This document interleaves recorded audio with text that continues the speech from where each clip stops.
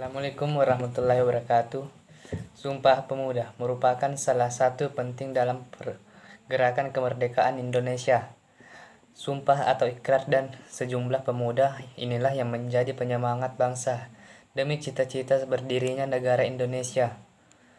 Para pemuda di masa itu sadar bahwa pergerakan organisasi yang bersifat kedaerahan tidak pernah memberikan hasil berarti untuk kemerdekaan Indonesia.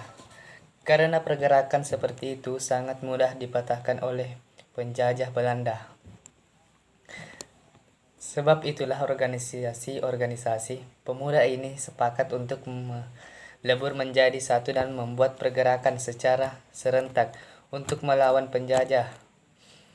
Hal inilah yang membuat para pemuda sepakat untuk mengadakan Kongres Pemuda. Kongres ini bertujuan untuk menyatukan organisasi-organisasi yang pada saat itu terpecah belah. Kongres Pemuda diadakan sebanyak 2 kali.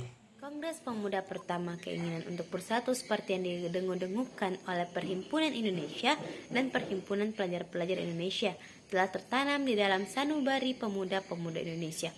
Untuk itu, pada tanggal 30 April sampai 2 Mei 1926 di Jakarta diadakan Kongres Pemuda pertama di Indonesia. Kongres tersebut diikuti oleh semua perkumpulan pemuda yang bersifat kedaerahan.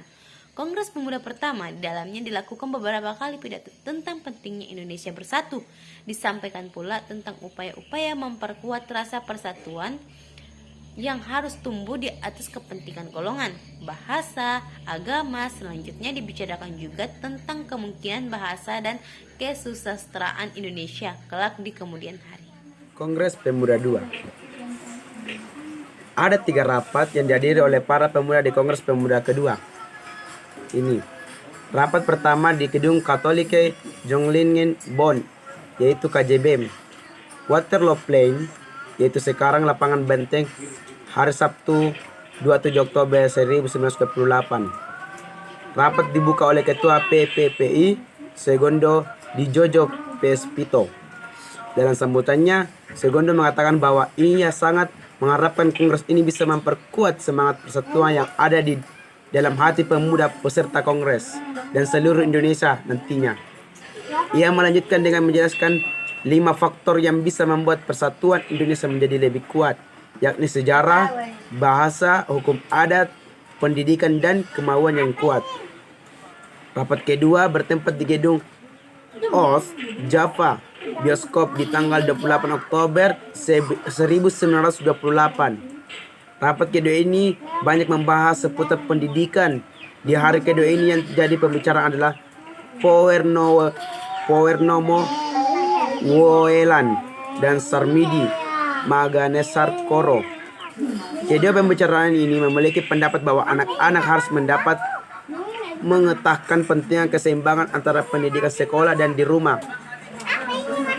Rapat ketiga sekaligus menutup kongres mengambil tempat di Gedung Indonesia Celub Kebau di Jalan Keramat Raya 106. Di sini Sunario yang menjadi pembicara memberikan penjelasan akan pentingnya nasionalisme dan demokrasi mengirim gerakan kepanduan.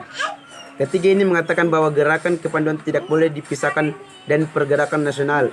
Gerakan kepanduan yang ditanamkan sejak dini pada anak-anak bisa mendidik mereka untuk menjadi disiplin dan mandiri. Kedua, hal tersebut sangat dibutuhkan dalam perjuangan menuju kemerdekaan. Peran Sumpah Pemuda bagi kehidupan bangsa, yaitu mendorong semangat juang generasi muda. Semangat membara para anak muda yang mencetuskan Sumpah Pemuda saat itu dalam menambah identitas para generasi penerusnya.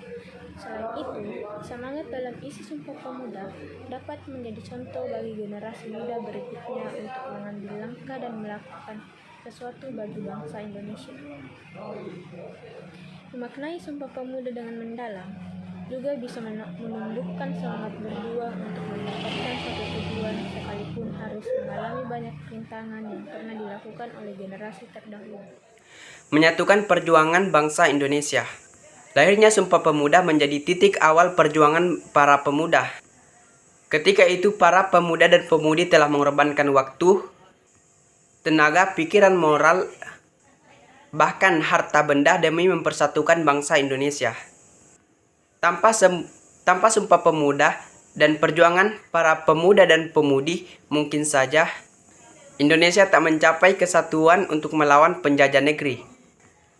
Para pemuda dan pemudi terbukti berhasil mempersatukan kesatuan Indonesia. Menekankan rasa bangga akan bahasa Indonesia. Bahasa Indonesia merupakan bahasa pemersatu bangsa. Masyarakat Indonesia untuk berkomunikasi. Bahasa Indonesia merupakan bahasa resmi yang telah tercantum dalam Undang-Undang Dasar atau UUD 1945 Pasal 36.